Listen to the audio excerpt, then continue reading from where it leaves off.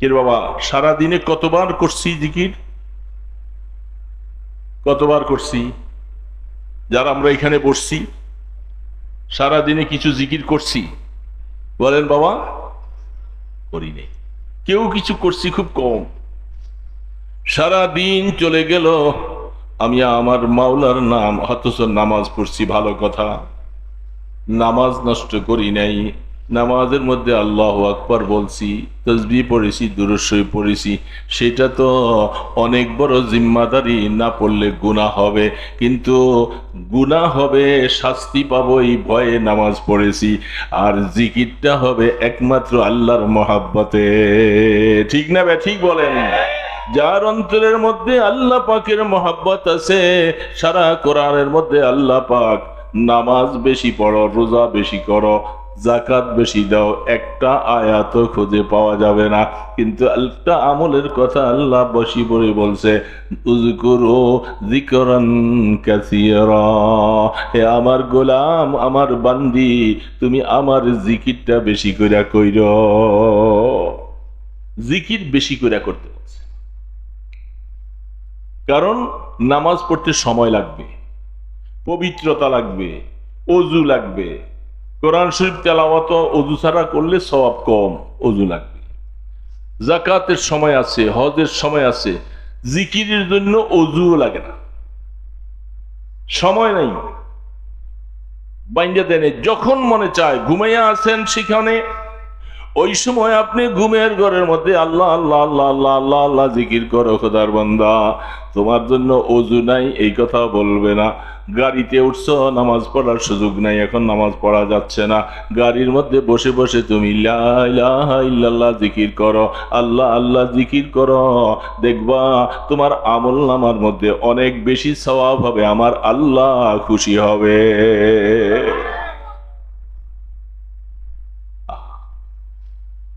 এই জন্য সারাদিন তো আল্লাহকে ডাকলাম না, একবার আল্লাহকে ডাকতে পারি নাই। আল্লাহ রসুল বলছে তুমি তোমার ঈমানকে তাজা করো। তো ঈমান তাজা করার জন্য কমপক্ষে সারাদিন, আমি কোন পিসাবের মুরিদ না, জিকির কেবল পিসাবের মুরিদ হইলেই করা লাগবে, আর পিসাবের মুরিদ না হইলে জিকির করা যায় না। কেরে বাবা, হ্যাঁ? তুমি মুরিদ হও নাই ভালো কথা, তুমি আল্লাহর মুরিদ তো হইছো, ঈমান তো আনছো আল্লাহ পাকের উপরে, তুমি ঈমানের কলেমা পড়ো, সকাল বিকাল সব সময় পড়ো। আল্লাহ পাক বারবার বলতেছেন, ওয়াসবির নাফসাকা মা'আল্লাযীনা ইয়াদউনা রাব্বাহুম বিল গাদাতি ওয়াল আশি ইউরিদুনা ওয়াজহা। আমার বন্ধু, আপনার মসজিদে নববীর এই কোনায় ওই কোনায় ওই কোনায় বিভিন্ন জায়গায় আমার কিছু বান্দারা, আপনার সাহাবারা, তারা বসে বসে আমার আল্লাহর জিকির করে। আপনি ঘর থেকে বাইর হইয়া তাদের পাশে যায় একটু দাঁড়াইলে তারা মনটা খুশিতে ভরে যাবে, রসুল আমাদের আমলটার সাপোর্ট করেছে। এই জন্য আল্লাহর জিকির। গাড়িতে বসে আছেন, রিক্সা বসে আছেন, অটোতে বসে আছেন, দোকানদারি করতেছেন, আপনার মুখে অন্য কোনো কাজ নাই, আপনি জিকির করতে পারেন আল্লাহ আল্লাহ আল্লাহ আল্লাহ। পারেন না বাবা, পারা যায় না, তাহলে আল্লাহ খুশি হবে। আল্লাহ সুবহানাহু ওয়া তাআলা আবু বকর সিদ্দিক রাদিয়াল্লাহু তাআলা আনহু, আল্লাহর পয়গম্বর, যখন মসজিদে এখনো বাইতুল্লাহ ঘরের পাশে ইমানের প্রকাশ এখনো হয় নাই, গারে নূরের মধ্যে, গারে হেরার মধ্যে যাওয়া আসা করে, সেইখান থেকে যেদিন নবুয়তের প্রকাশ হয়েছে, ইকরা বিস্মি রাব্বিকাল্লাযীর মাধ্যমে তারে কোরআন দেওয়া হয়েছে। রাসূল মক্কা শরীফ যখন ঘরের মধ্যে আসলেন, খাদিজাতুল কুবরা রাদিয়াল্লাহু তাআলা আনহার ঘরে যখন তিনি ঢুকলেন, আবু বকর মক্কা শরীফ ছিলেন না, শাম দেশে তিনি সফরে গেছেন ব্যবসার কাজে। সেখানে যাওয়ার পরে তিনি রাত্রে গভীরে একটা স্বপ্ন দেখে। আমরা কি মাঝে মধ্যে স্বপ্ন দেখি কি দেখি না? দেখি না? স্বপ্ন দুই ধরনের হয়। একটা স্বপ্ন আল্লাহ পাকের তরফ থেকে বান্দাকে বলা হয়, যেহেতু এখন নবুয়ত নাই, ওহী নাই, মুমিনকে আল্লাহ পাক অনেক অনেক কাজ তাকে স্বপ্নের মাধ্যমে আল্লাহ জানাই দেয়।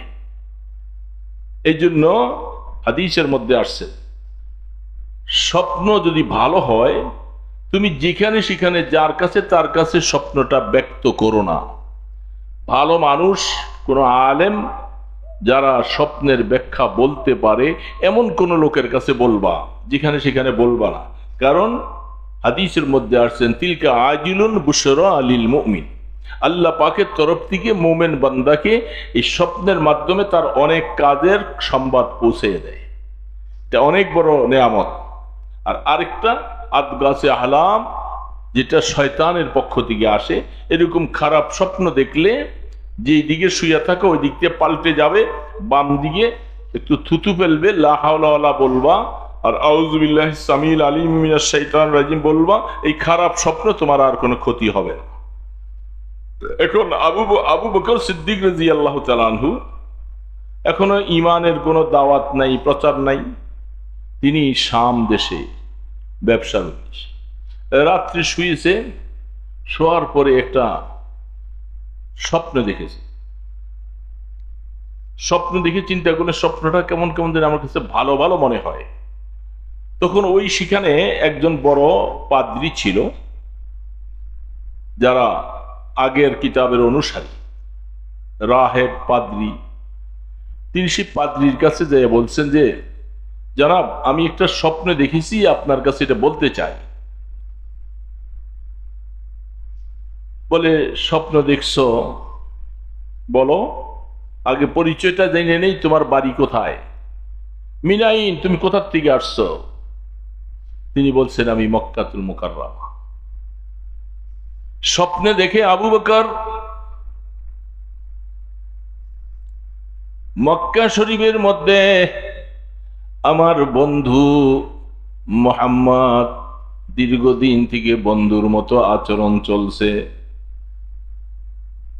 আসমানের দিকের থেকে একজন সুন্দর মানুষ আসছে, আইসা তাকে জড়াইয়ে ধরে তাকে সেদিন কলেমার দাওয়াত দিয়ে যায়, তাকে নবী রূপে এইভাবে ঘোষণা দিয়ে যায়। এই স্বপ্নটা দেখে তিনি অবাক হয়ে যান, এটা কি ব্যাপার? পাদ্রী জিজ্ঞাসা করে, মক্কা শরীফের বাসিন্দা? বলে, হ্যাঁ। কোন গোত্রের বাসিন্দা? অমুক গোত্রের। তোমার বাবার নাম কি? অমুক। তুমি যেই লোকটাকে স্বপ্নে দেখেছ তার নামটা কি বলো? বলে, তিনি তো আমার ছোটবেলার বন্ধু, তার নাম মুহাম্মদ বলে সবাই ডাকে। পাদ্রী বলতেছে, তুমি বড় ভাগ্যবান, আমি আসমানি কিতাবের মধ্যে পেয়েছি শেষ জামানার মধ্যে একজন নবীর আবির্ভাব ঘটবে, তার নাম আসমানের মধ্যে আহমদ, জমিনের মধ্যে মোহাম্মদ হবে। তো যাও যাও, দেরি করো না, তিনি নবুয়ত প্রাপ্ত হয়েছে, তার নবুয়তটা প্রকাশ ঘটে গেছে। তবে একটা সুসংবাদ তোমাকে দিয়ে দেই, আসমানি কিতাবে এটাও লেখা আছে, তুমি আবু বকর মক্কার, তুমি তার বন্ধু, তুমি সারা জীবন তার বন্ধু হিসাবে, উজিরে আলা হিসাবে থাকবা, তুমি তার প্রধান উজির হবে। আবু বকর সিদ্দিক রাদিয়াল্লাহু তাআলা আনহু দেরি করে নাই, সফরকে ছোট্ট করে তাড়াতাড়ি মক্কার দিকে রওনা দিয়েছে। মক্কা শরীফে আসার পরে সামানগুলি রেখে সরাসরি আল্লাহর নবীর ঘরের দিকে ছুটছে।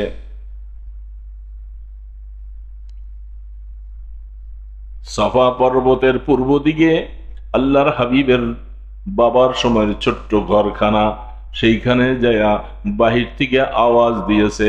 আওয়াজ দিয়ে আল্লাহ রসুলের সামনে যাওয়ার পরে বলে, বন্ধু বন্ধু, আমি তোমার কাছে জিজ্ঞাসা করতেছি, মা হাজাল খবর, কি সম্পর্ক, কি হালাত, আমাকে কিছু খবর শোনাও না।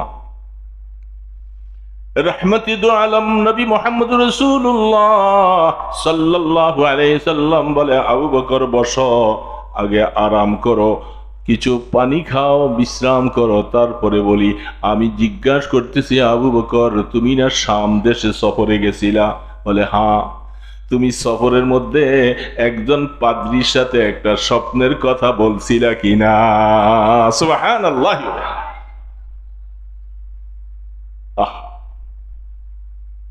আবু বকর চোখ বড় হয়ে যায়। আমি সামদেশে রাত্রে গভীরে কি স্বপ্নটা দেখলাম, আমার বন্ধু মুহাম্মদ, আপনি কেমন করে বুঝলেন? বলে, আর কেমন করে বুঝবো? আখবারানি রব্বি, আবু বকর, আল্লাহ আমাকে নবুয়ত দান করেছেন, আল্লাহ পাক আমাকে খবর দিয়েছেন আমার বন্ধু আবু বকর এইভাবে স্বপ্নটা দেখেছে, পাদ্রীর কাছে ব্যক্ত করেছে, পাগড়ি এই কথা বলছে, রাসূল সব কিছু বয়ান করে দিল। আবু বকর বলে যে আর তো দেরি করা যায় না, আপনি যে সত্য নবী, আর কোনো দরকার নাই, কেউ বিশ্বাস করুক আর না করুক, আমি বিশ্বাস করেছি, আমাকে আপনি কলেমা পড়ান। अल्लाह पाक रिश्ते माँ गर्दनमा अफगंदा दोस्त मी बुरद हर जाके खातर खायोस तिश्नेगा गर आबे जुया दर जहां आबे दर जुयद बालम तिश्नेगा। আল্লামা রুমি রহমতুল্লাহ আলাইহি বলে, হে দুনিয়ার মানুষ, দেখো দেখো, মনে রাখবা যেদিন রহমতে দো আলম কোবার থেকে হিজরত করে ওটের পিঠে সওয়ার হইয়া মদিনা শরীফের দিকে রওনা, সব সাহাবায়ে কেরাম চায় আমি রসুলকে মেহমান বানাবো, আমার বাড়িতে রাখবো, আমার বাড়িতে রাখবো, সে আমার বাড়িতে রাখবো। পাগলের মতো, কাটা নাই, গর্ত নাই, গাছ নাই, পাশ নাই, পেছাইয়া সব রসুলের জন্য পাগল পারা হইয়া ও রসুলের ওটের লেগাম ধরে টানাটানি করে। আল্লাহ রসুল বলেন, দাউহা ফাইন্নাহা মা'মুরা। বুখারী আলাইহির রাহমা হাদিস বয়ান করতেছেন, এ সাহাবারা, আমার ওটটার লেগাম ধরে কেউ টানবা না, এটার লেগাম ছেড়ে দাও, আমি রসুল তার লেগাম ছেড়ে দিলাম। এই ওটটা কোথায় বসবে, কোন ঘরে আমি মেহমান হব, এটা আমারও এখতিয়ার না, তোমাদের কারো এখতিয়ার না, এটা ফায়সালা করবেন আসমান ওয়ালা মাওলা। কার ঘরে আমি মেহমান হব, যেখানে আমাকে মেহমান বানাবেন, এই ওটটাকে আল্লাহ পাক আদেশ করেছে, ওট সেখানে বসবা। কি আশ্চর্য ব্যাপার, একটা জানোয়ার রহমতে দো আলমকে বহন করলেন, এই জানোয়ারকেও আমার আল্লাহ পাক নির্দেশ করেছে, ওট যেখানে সেখানে তুমি বসতে পারবা না, আমার জিবরিল ফেরেশতা যায়া যেখানে বসা দরকার তোমাকে সেখানে বসাইয়া দিবে। তখন রসুল বলছে, উটের লেগাম ছেড়ে দাও। এটা কি আল্লামা রুমি বলতেছে, রিশতায়ে মা গর্দানামা আফগান্দা দোস্ত মে বুরাদ হর যাকে খাতের খায়ো। এ দুনিয়ার মুসলমানেরা, রসুল বলছে ওটার লেগাম ছাইরা দাও, আমারও এখতিয়ার নাই, ওটা আল্লাহর আদেশে চলবে, আমাকে কোথায় নামাবে, কোথায় মেহমান হব, ওট সেইখানে যাওয়ার পরে বলে এটার কুদরতির লেগামটা আল্লাহ পাকের হাতে। তখন তিনি বলতেছে, ঠিক দুনিয়ার মধ্যে বহু আল্লাহর বান্দারা নেককার দিনদার আল্লাহওয়ালা নামাজি, সে কি নামাজি হবে, দিনদার হবে, নাকি সে আল্লাহর বিরুদ্ধাচরণ করবে? আল্লাহ যার গলার মধ্যে এই কুদরতির রশিটা লাগাইয়া আল্লাহর দিকে যখন টানবে, সে আর নামাজ না পড়ে পারে না, জিকির না করে থাকতে পারে না, আল্লাহ কুদরতি ভাবে টেনে টেনে তাকে আল্লাহর কুদরতি পায়ের মধ্যে লাগাইয়া দেয়। কতদিন থাকবা তুমি বাহিরে? মাওলার সাথে সম্পর্ক লাগাও, বাহিরে থাকতে তোমাকে দিবে না। তুমি বাহিরে থাকতে চাইলো, যদি সম্পর্ক লাগাও, লা ইলাহা ইল্লাল্লাহ, লা ইলাহা ইল্লাল্লাহ, লা ইলাহা ইল্লাল্লাহ মুহাম্মাদুর রাসূলুল্লাহ। কত বড় কপাল আমাদের বাবা! আমাদের কি আল্লাহ চাওয়া লাগে নাই, দরখাস্ত করা লাগে নাই, বাবা মুসলমান, দাদা মুসলমান, পরদাদা মুসলমান, সেই ঘর থেকে ধারাবাহিক আল্লাহ আস্তে আস্তে আমার মতো একটা নালায়েক ইমান দিয়েছেন। আজকে ইমানের কলেমা পেয়েছি, পরীক্ষা দেওয়া লাগে নাই, কিছু করা লাগে নাই। ওই বেচারা সেই পারস্য দেশ থেকে ইমানের কলেমা তালাশ করতে করতে 200 বছর, 250 বছর, কোন রেওয়ায়েতে লেখে সর্বশেষ 350 বছর আল্লাহ তাকে হায়াত দিয়েছে। সুবহানাল্লাহি ওয়া বিহামদিহি। ইমান পাওয়ার জন্য এত লম্বা হায়াত দিয়েছে।